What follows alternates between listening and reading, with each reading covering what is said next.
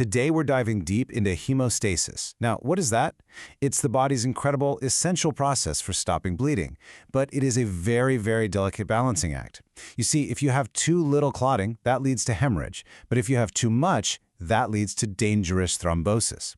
So in this explainer, we're going to explore the pharmacology that helps us manage this critical system, looking at both sides of this biological scale. Okay, let's get into it.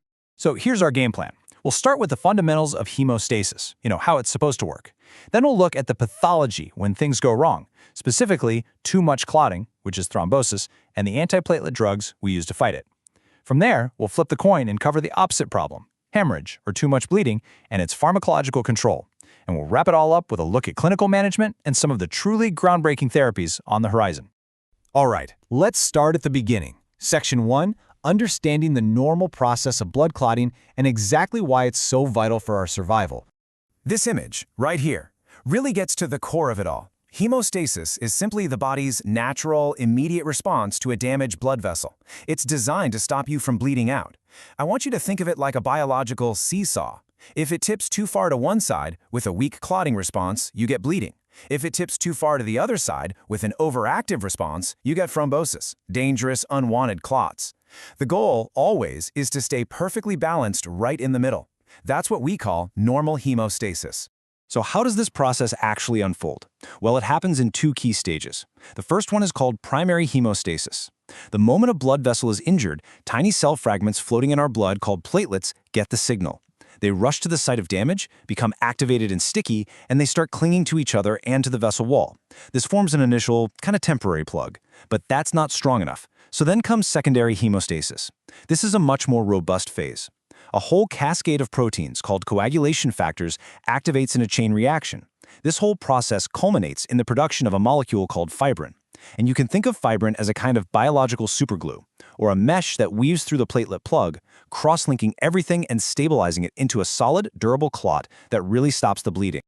Okay, so now let's look at what happens when that beautiful balance tips and the clotting system goes into overdrive. This is the pathology of thrombosis. To really get this, we have to be super clear on our terminology. First, you have thrombosis. This is the condition of forming a blood clot, which is called a thrombus, where you absolutely shouldn't, inside an otherwise healthy, intact blood vessel. Now, the real danger often comes from what happens next. That's an embolism. This is when a piece of that thrombus breaks off, becoming a floating clot called an embolus. This embolus then travels through the bloodstream until it gets stuck in a smaller vessel, completely blocking the blood supply to a critical organ. Think the brain, the lungs, or the heart. So, what actually causes thrombosis? Well, there's a classic framework that doctors use called Virchow's triad, and it points to three main contributing factors. First, there's hypercoagulability. This is where the blood itself is just stickier and more prone to clotting, maybe because of a genetic condition or certain cancers. The second factor is vascular damage, meaning a direct injury to the inner lining of the blood vessel. A perfect example is the rough, damaged surface caused by plaque in atherosclerosis. And the third one is circulatory stasis. This just means slowed or stagnant blood flow. The classic example everyone knows is developing a clot in your leg, a DVT, during a long-haul flight because you've been sitting still for hours. Now, it's really important to know that not all thrombi are created equal. Venous thrombi, which we often call red thrombi, are packed with red blood cells and that fibrin mesh we talked about. They typically form in areas of slow blood flow, like the deep veins of the legs. This leads to a deep vein thrombosis, or DVT, which can then break off, travel to the lungs, and cause a life-threatening pulmonary embolism. On the other hand, you have arterial thrombi, or white thrombi. These look different because they're rich in platelets. They usually form when an atherosclerotic plaque in an artery ruptures, and these are the bad guys behind things like angina, heart attacks, and most types of strokes. So, since platelets are such huge players, especially in those really dangerous arterial thrombi, it makes sense that a major class of drugs we use to prevent them are antiplatelet agents. So let's explore exactly how they work. To understand the drugs, you first have to understand their target, the process of platelet activation. So, when a vessel gets injured, platelets are woken up by things like exposed collagen from the vessel wall and a protein called von Willebrand factor. This initial trigger causes them to change shape and release tiny granules filled with chemical messengers. Now, two of the most important messengers are ADP and thromboxane A2. You can think of these as alarm signals that scream, "Help, over here!" calling in and activating even more platelets to the site. This leads to a big pileup or aggregation and the formation of that initial plug. And these signaling pathways are the precise targets for the drugs we're about to dive into. We can basically group these drugs into 4 main families based on how they work. We're going to look at cyclooxygenase, or COX inhibitors, ADP receptor inhibitors, phosphodiesterase, or PDE inhibitors, and finally, GPIB3A antagonists. Let's start with probably the most famous one of them. I am, of course, talking about aspirin. It's an old drug. It was first synthesized way back in 1853. But its true power as a heart medication wasn't even suspected until 1948. That's when a family doctor, a Dr. Lawrence Craven, just based on his own observations of patients, started recommending it to prevent heart attacks.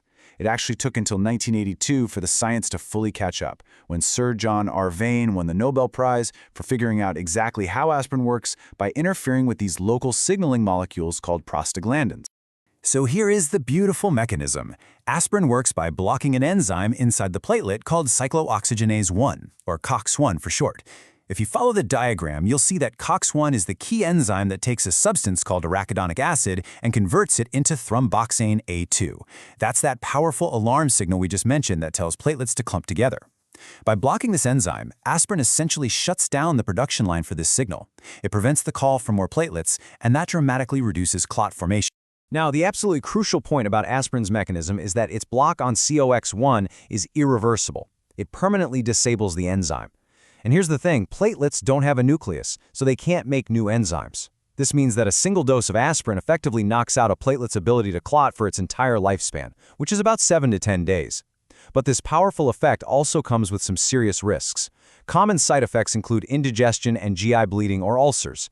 It can also cause kidney damage, the rare but very serious Reye's syndrome in children, and it can trigger asthma attacks or bronchoconstriction in susceptible patients.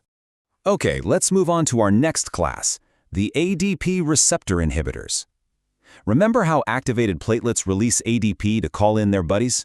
Well, these drugs like clopidogrel, prasugrel, and ticagrelor work by blocking the specific receptor that ADP has to bind to on the platelet surface. It's called the P2Y12 receptor. By blocking this receptor, they're basically putting earmuffs on the other platelets. They can't hear ADP's call to action, and that prevents further activation and aggregation. Now, within this class, there are some really important differences you need to know about.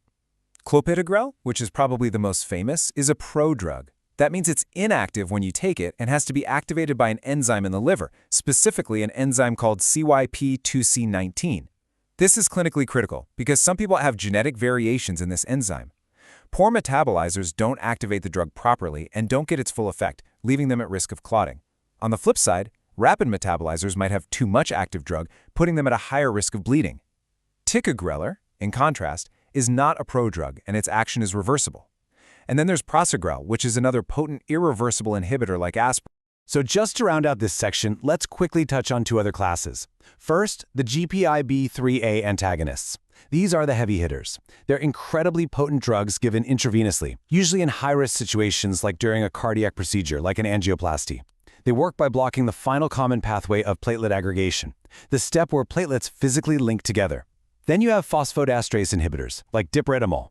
These are much weaker antiplatelet agents, but they have an interesting side effect. They also cause vasodilation, which means they widen the blood vessel. We've spent a lot of time on what happens when there's too much clotting. So now let's pivot and look at the exact opposite problem. What happens when the body's ability to form a clot is dangerously weak, leading to hemorrhage? Bleeding disorders can stem from several different causes. Some are inherited, the classic examples being hemophilia A and B or von Willebrand disease. Others can be acquired later in life from conditions like liver disease, which impairs the production of clotting factors, or even a simple vitamin K deficiency. And sometimes they can be induced by major trauma or, ironically, an overdose of the very anticoagulant drugs we use to prevent clots. The classic signs often include things like easy bruising, bleeding from mucous membranes like your gums or nose, and a particularly painful and damaging symptom, bleeding directly into joints like the knees and elbows. So how do we diagnose these conditions or monitor treatment in the lab? We use tests that measure how long it takes for blood to clot. You see, the clotting cascade has 2 main starting points, or arms, and we have a specific test for each one. The prothrombin time, or PT, which is standardized as the INR, measures what's called the extrinsic pathway. We use this test to monitor patients on the anticoagulant drug warfarin. The other test is the activated partial thromboplastin time, or APTT. This one measures the intrinsic pathway, and it's what we use to monitor the drug heparin.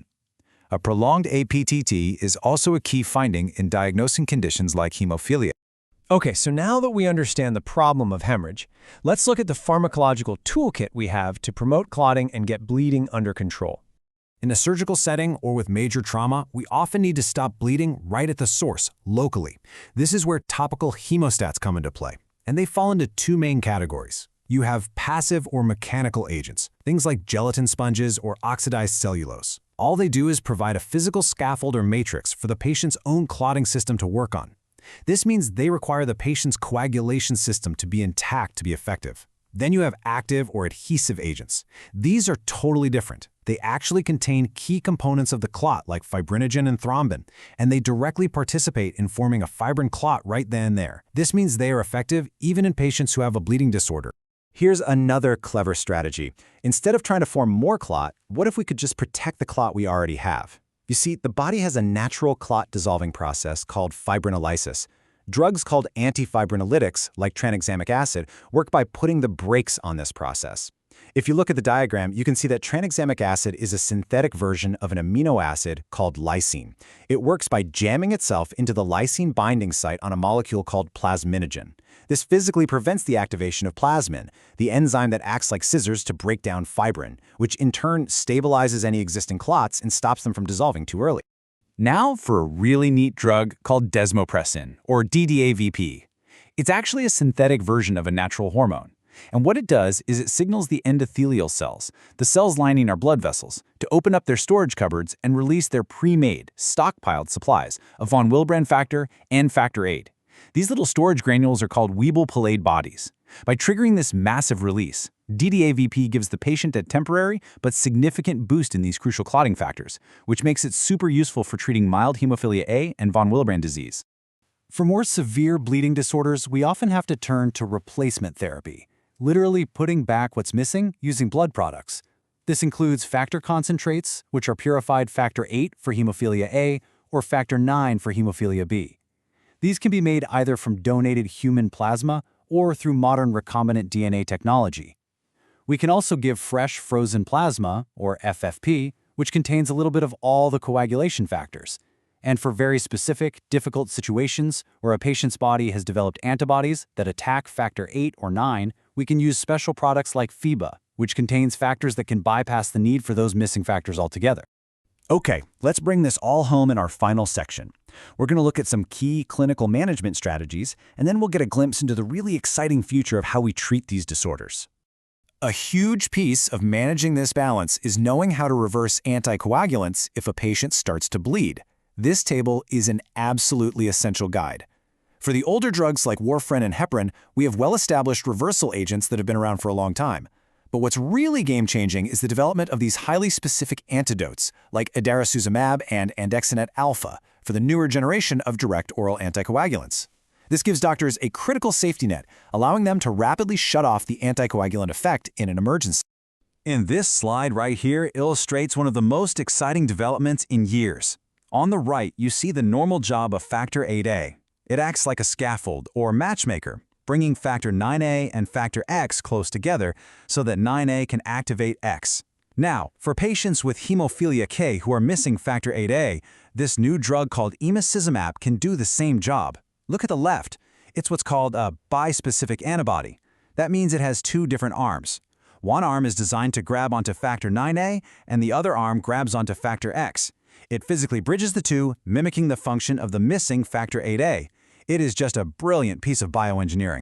And this really brings us to the future of hemophilia care, which is moving way beyond just simple factor replacement. We've got these incredible substitution therapies, like the emicizumab we just saw. But we also have emerging rebalancing therapies. These are designed to inhibit the body's natural anticoagulants, like a protein called antithrombintherion. By doing that, you're effectively tipping the hemostatic balance back towards clotting. And of course, the ultimate holy grail for many of these inherited disorders is gene therapy, the potential to correct the underlying genetic defect once and for all. So to wrap up, here's a thought to take with you. For hundreds of years, we've treated these bleeding disorders by trying to replace the single thing that's missing. But now, with these new therapies that can tweak and rebalance the entire system, we are truly entering a new era. And this raises a fascinating question. As our tools get more and more sophisticated, how will our very definition of what we consider normal hemostasis begin to change in the coming years? It's a profound question that researchers and clinicians are grappling with right now. Thank you so much for joining us.